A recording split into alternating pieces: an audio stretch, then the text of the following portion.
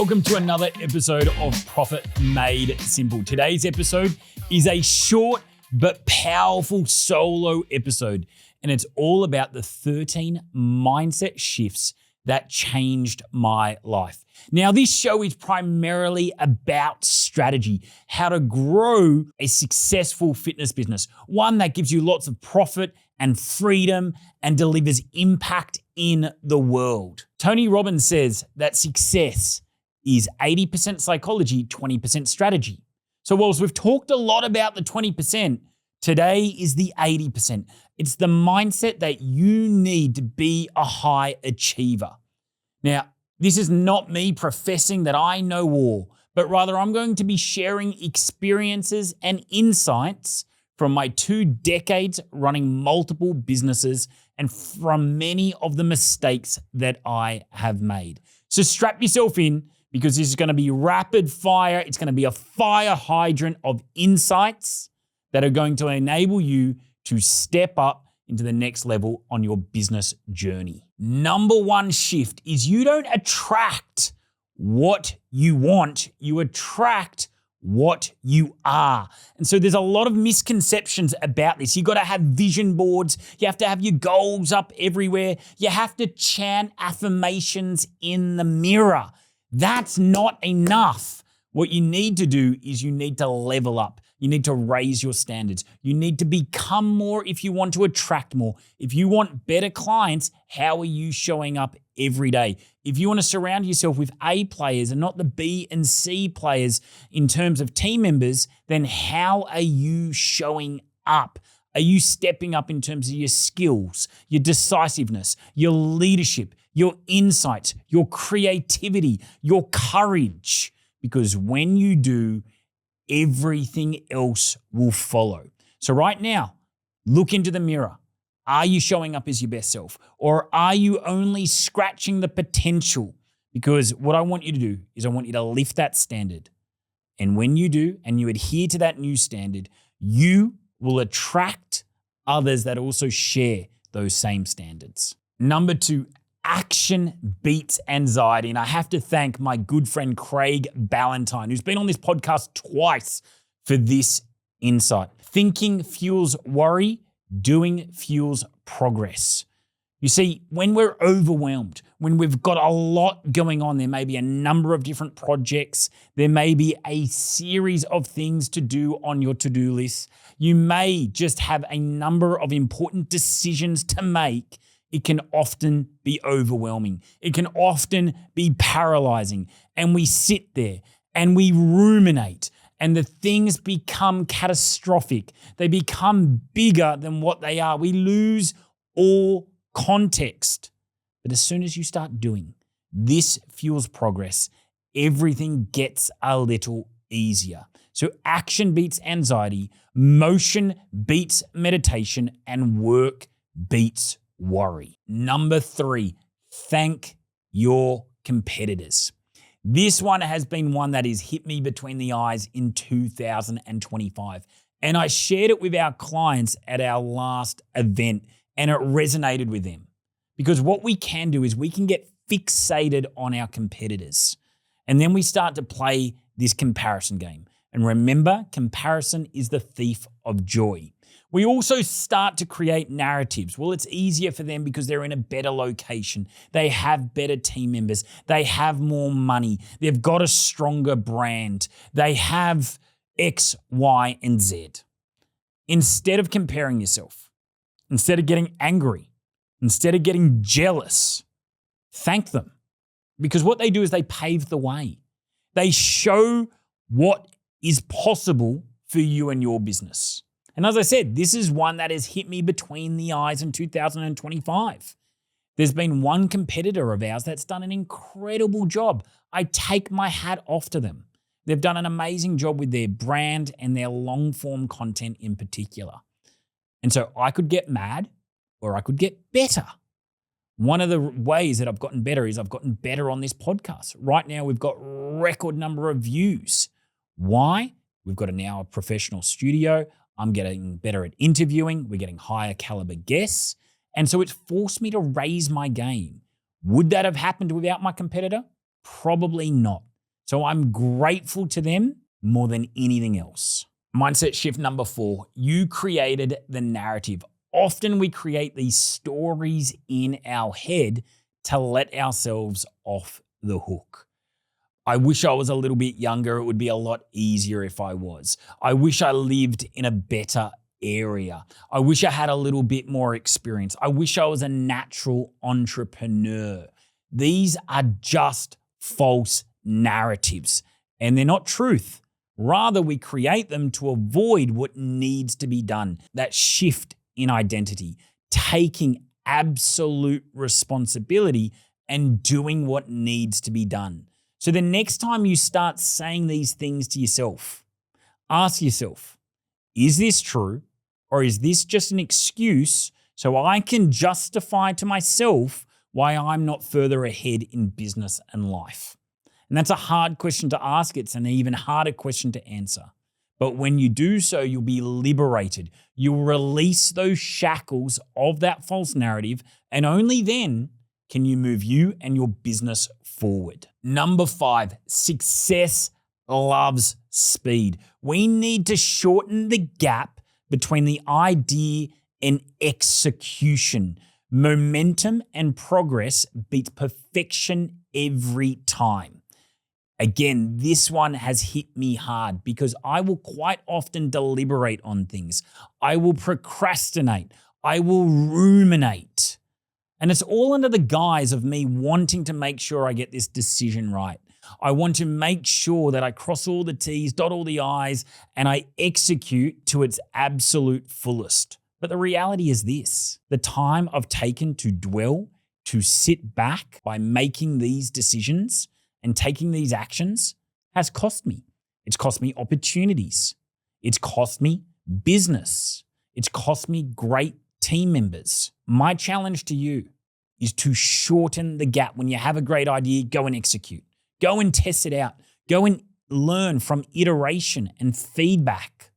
When you have something that lands on your plate, a really difficult email or text message, rather than just put it to the end of the line and say, I'll deal with it later, go and resolve it there and then. Eliminate it and move forward. Lesson number 6, hard choices equal an easier life. And over the last couple of years, I've had to make some really difficult decisions in business. I've made the decision to sell a business. I've made a decision to sell the goodwill of a business. I've made the decision to let great people go that were no longer serving the business. And each and every time I've made it, it has led to an easier life. Yet quite often we don't do this. We will avoid these harder decisions. Growth always requires making tough decisions.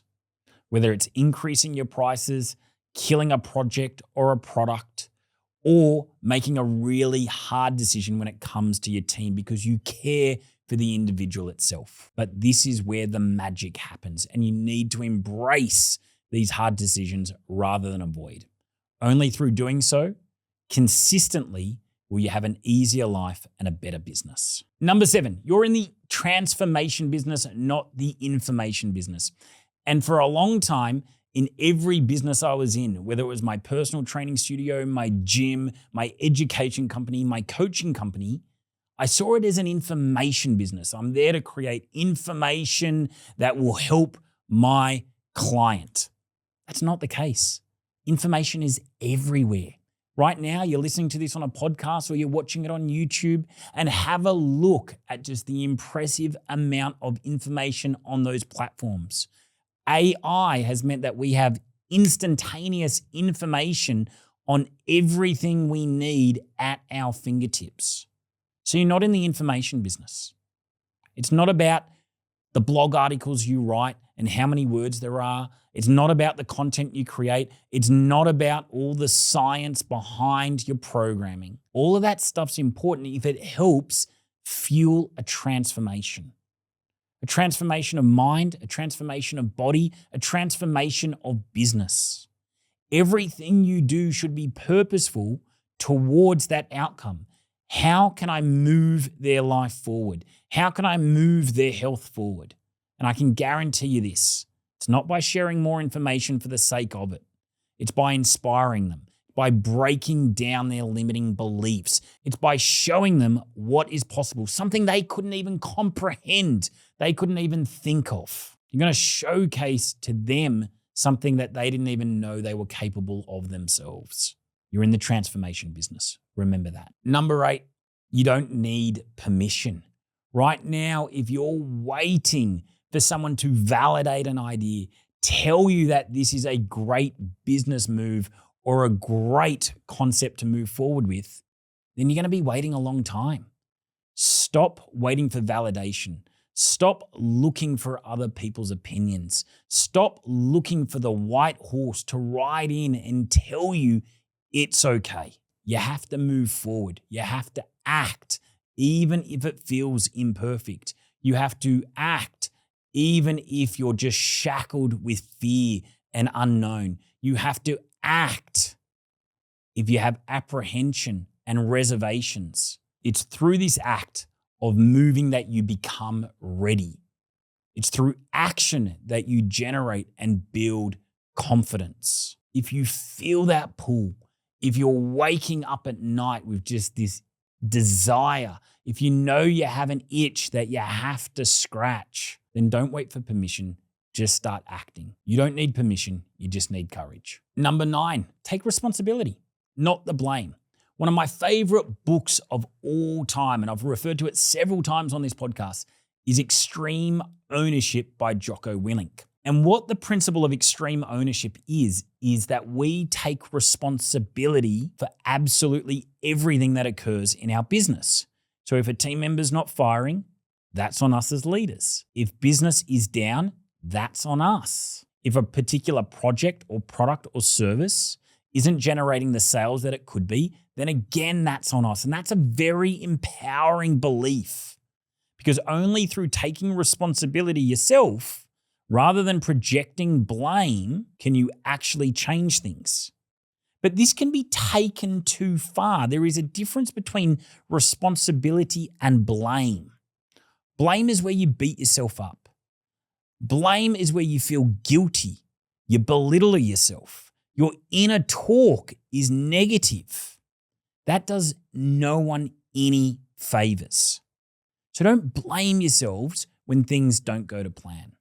Don't beat yourself down. Don't ridicule yourself. Don't question yourself. Take responsibility, not the blame. Number 10, burnout isn't about the hours. It's about alignment. You know when you're in flow that you can literally work until the wee hours of the morning. When you're in flow, time stands still. You're internally motivated. You're at your highest levels of creativity. Burnout doesn't come from hours.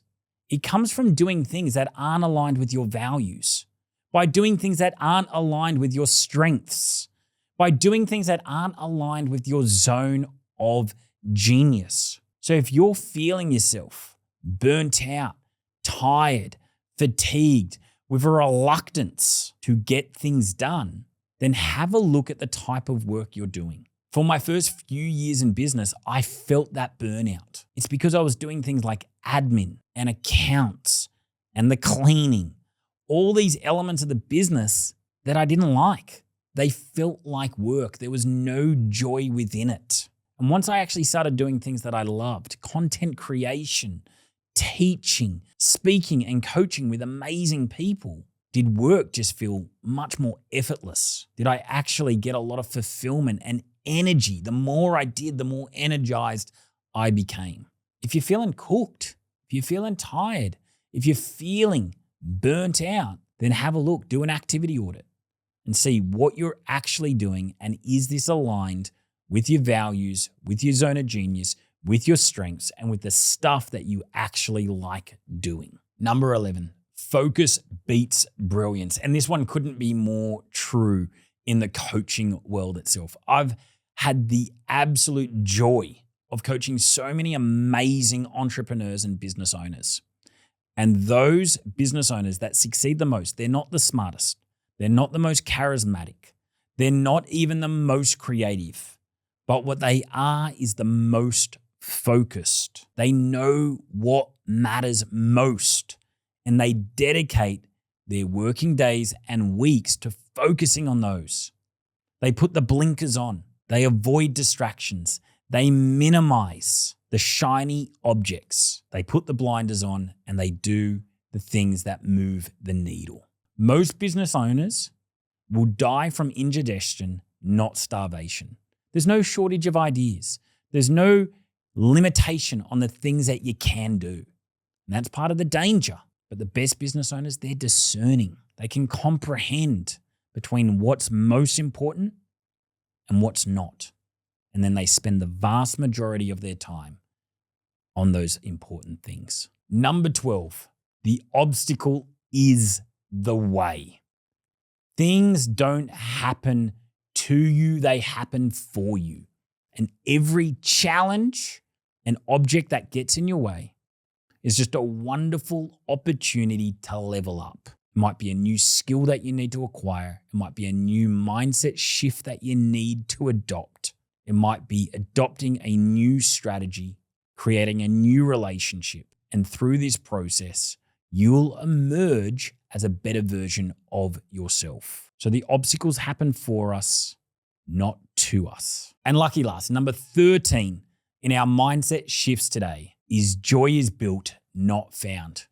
There's no magical joy that you're going to realize when you go and create the 7-figure business or you go and make, hundreds of thousands of dollars in profit. No, joy is built by building a business that's aligned with your values, by building a business that moves your vision forward, by building a business that impacts the world in a greater place. It's built by showing up when times are difficult and hard and the shit is hitting the fan. Yet you turn up anyway and you emerge through that fire as a better version of yourself. Joy is built by cultivating your character and your skills and your knowledge on a daily basis, not when you meet some finite objective business measurement. Every one of these beliefs that I shared with you didn't come from a book. It didn't come from a podcast that I listened to, but rather it was a lived experience. It was me overthinking.